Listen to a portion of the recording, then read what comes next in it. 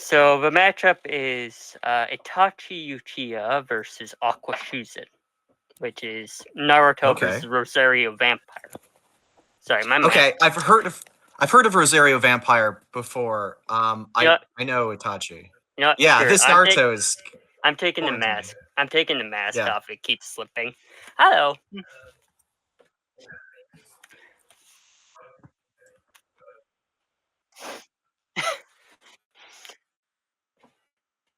So the connections between the two of them is they're both older siblings to main protagonists in their series. Both of them are responsible for deaths and disappearance of said siblings' family members. Mm-hmm. Which, in the case of Sasuke, is of course the entire Uchiha clan. Yeah. And in Aqua's case, she got into a massive fight with her stepmother, Akasha Blood River, which caused her to go missing. And due to unknown circumstances that get revealed later on in the story, they both join evil organizations bent on taking over the world. And they're both prodigies. They both have the same color scheme.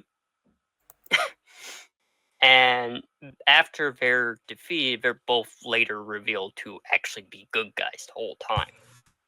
Gotcha. Yeah, I feel like if your last name is Blood River, you're probably like, you're gonna have a bad time at least at some point, right? Yeah. So the thing with Rosario Vampire is it takes place in a world where humans are not aware of yokai existing, which are monsters. Mm-hmm. And there is like a ranking system of how powerful each of these monsters are. And vampires are S class, which is you're pretty much the top of the food chain. Right. And Akua is a vampire. And she is a part of the Shuzen clan, and the Shuzen clan are the top of the top. Real quick, in the vampiring here, how much of the like traditional vampire lore are we following? Is there a Dracula or dad? There is an Alucard. Okay. There is an Alucard. All right. So above S class, there are 3 characters known as the Dark Lords. And they're basically seen as godlike beings. And Akasha Blood River was one of the Dark Lords. And above them was Alucard. Alucard is basically the most powerful being in Rosario Vampire, and it's said that in his prime, he could have consumed the entirety of Earth into his mass. And the 3 Dark Lords were able to defeat him and seal him away. Okay. And Akua happens to be his granddaughter. Or through her mother's side. In traditional Alucard sense, does that mean that she's like part human as well? Or just full on? No, she's straight up a vampire. He's kind of like Madara, essentially. He's like the Madara to pretty much, yeah. Itachi. And the fun thing with this matchup is you have the contrast where Itachi has all these abilities that you get in Naruto with the Uchiha clan, especially, including the Sharingan. He's well known for his illusions. Mm-hmm. Whereas Akua has one main ability, and she is really good at that ability. What is her ability? Yeah. So it's called Hogetsu Jigentu. Okay. Which I forget what that translates to. But essentially, how it works is you can take your hand and you can phase it between the mortal plane of existence and a higher plane of existence. And you can do that back and forth at like supersonic speeds to a point where your hand can cut through just about anything. Interesting. And one of the 3 Dark Lords had invented that. Akua took that ability and ran with it. Hmm. Because instead of just her hand, she can phase her entire body. So she turns her body into like a big buzzsaw. She's basically intangible, yeah. Does that mean Okay, she gotcha. also can like go through solid objects? Oh yeah, Okay, cool. she can And that's cut. just Through, like she can I'm cut through blanking on. anything. She can send slashes of air from like 30 feet away. Mhm. She can phase through walls. There's one picture of her that one particular frame that appears in the manga for Rosario+Vampire, because she's a manga-only character, sadly. Where she's literally hanging upside down from the ceiling like a bat. Gotcha. And one particular moment, she was fighting a character who is a Jianqi, which is basically a zombie from Chinese folklore. And this character, she had a unalive attack. I'm censoring this because it's going on YouTube. Which would cause an explosion that would destroy an entire room.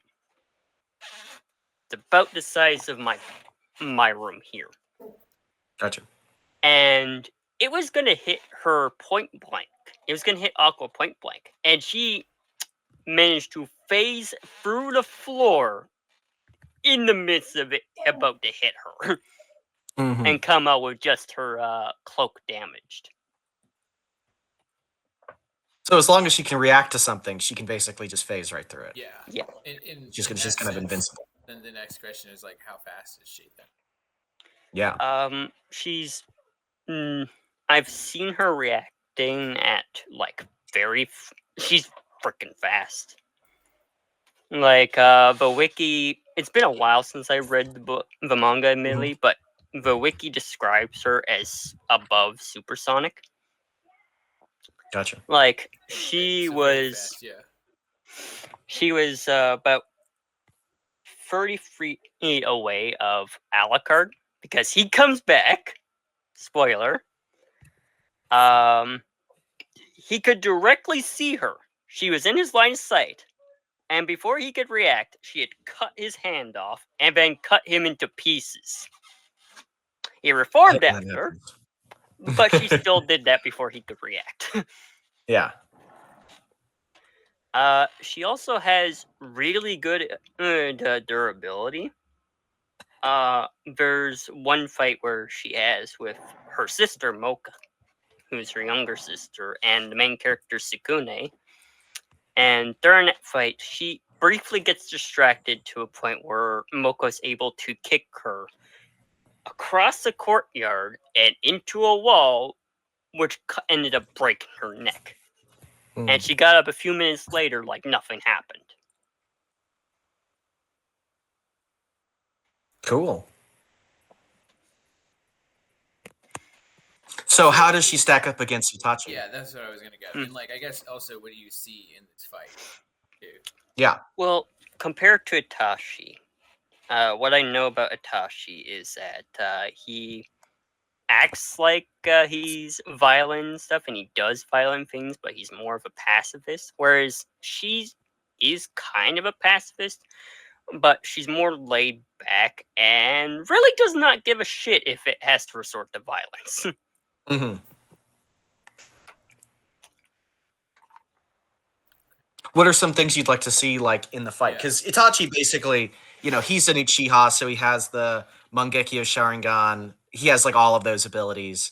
What are some kind of things? Because, like, I love Itachi, and I love the Uchiha abilities. There's so much they can do, and it's so, like, it's so broad with the amount of things that they can do.